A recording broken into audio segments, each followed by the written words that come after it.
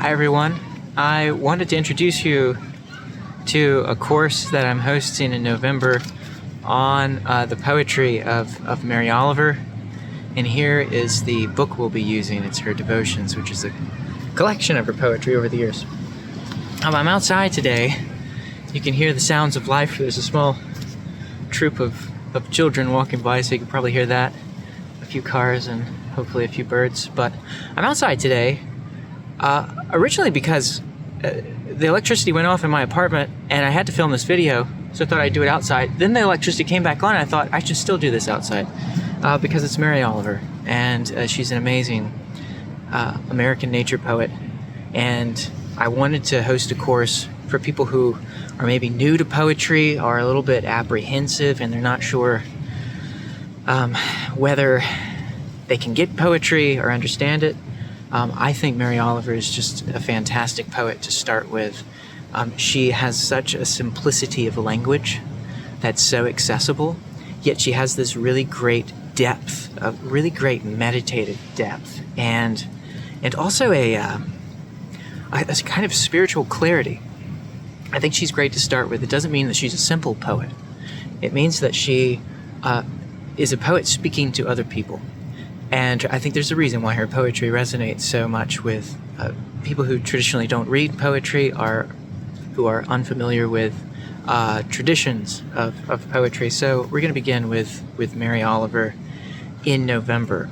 So I'll tell you a little bit about her. She was born in 1935 in Ohio, and she recently died in 2019. She had a long career in poetry. She also eventually won the Pulitzer Prize for poetry in 1984, and she's written so much. And her style, you can trace the development of her style over the years, but for the most part, it's pretty much the same. She has such a raw, very honest voice, which comes across in the poetry and what she talks about. So before I'll tell you about the course, let me just read you this poem of hers, and this is called Invitation. This is one of her most famous ones, and it comes from her collection called Red Bird, which was published in 2008. And I chose this little spot because sometimes I do see goldfinches, and there are goldfinches mentioned in this poem, though I don't see any today.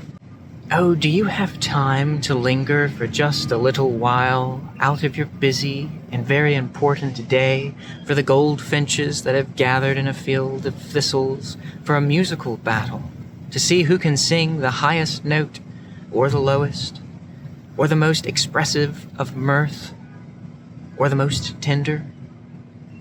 Their strong, blunt beaks drink the air as they strive melodiously, not for your sake, and not for mine, and not for the sake of winning, but for sheer delight and gratitude.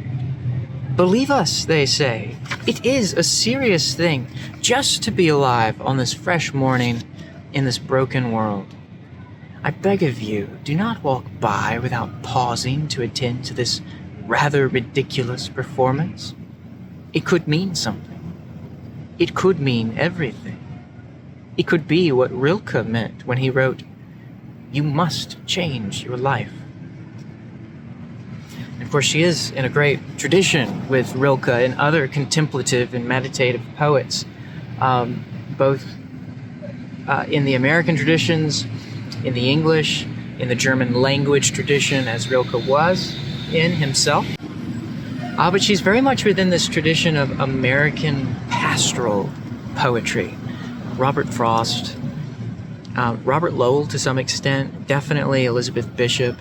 She's there with Emerson and Thoreau of the 19th century.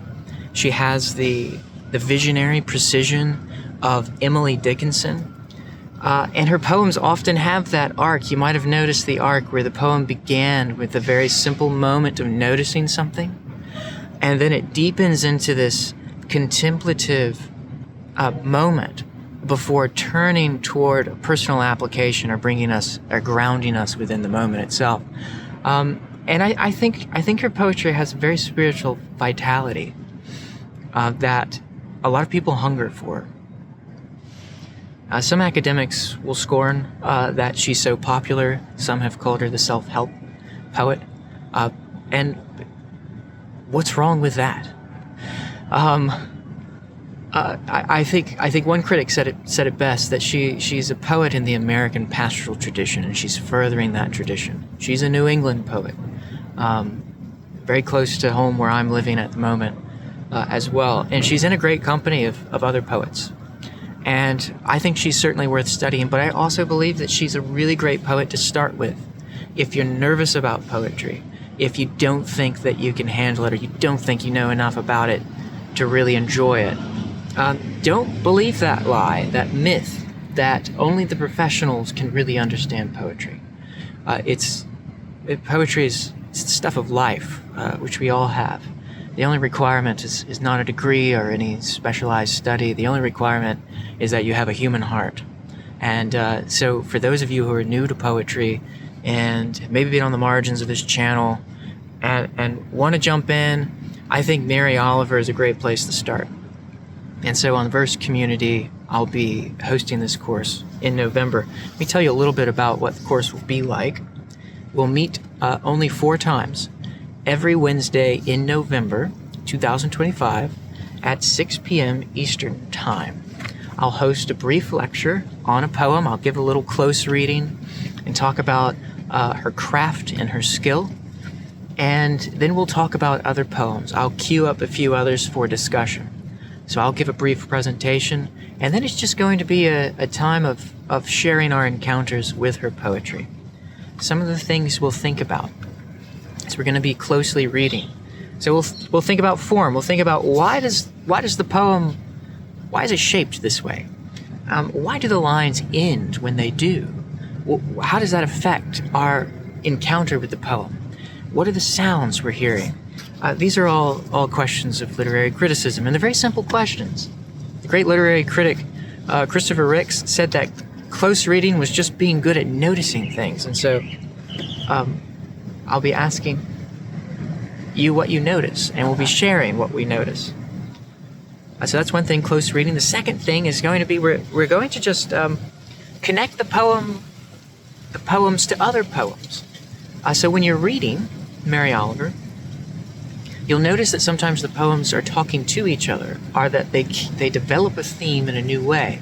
And I think that's something you want to focus on. So we'll also think, okay, how does this isolated poem fit in with some of the other poems that we've read of Mary Oliver herself, but also maybe some of the poets you've read. Maybe Dickinson. You might say, oh, well, this reminds me of a Dickinson poem. This reminds me of something Rilke said, or Emerson, or Thoreau, or one of the English romantics. She's certainly within a romantic tradition, although her relationship to nature is a little different than the romantics. Anyway, that's the second thing. The other thing is we'll be asking each other to apply these poems to life, to read them in different contexts, to take your book outside of the house, like what I'm doing today, and read them in different contexts. See what inspires in you through reading these poems. Poems will change you. They'll change how you look at the world, and so that's going to be a part of the conversation as well. It's not just going to be a very academic, close reading. It's going to be all of life, all of human life and experience, which is really what literature can really enclose, is that. Let's see, do I have anything else to share?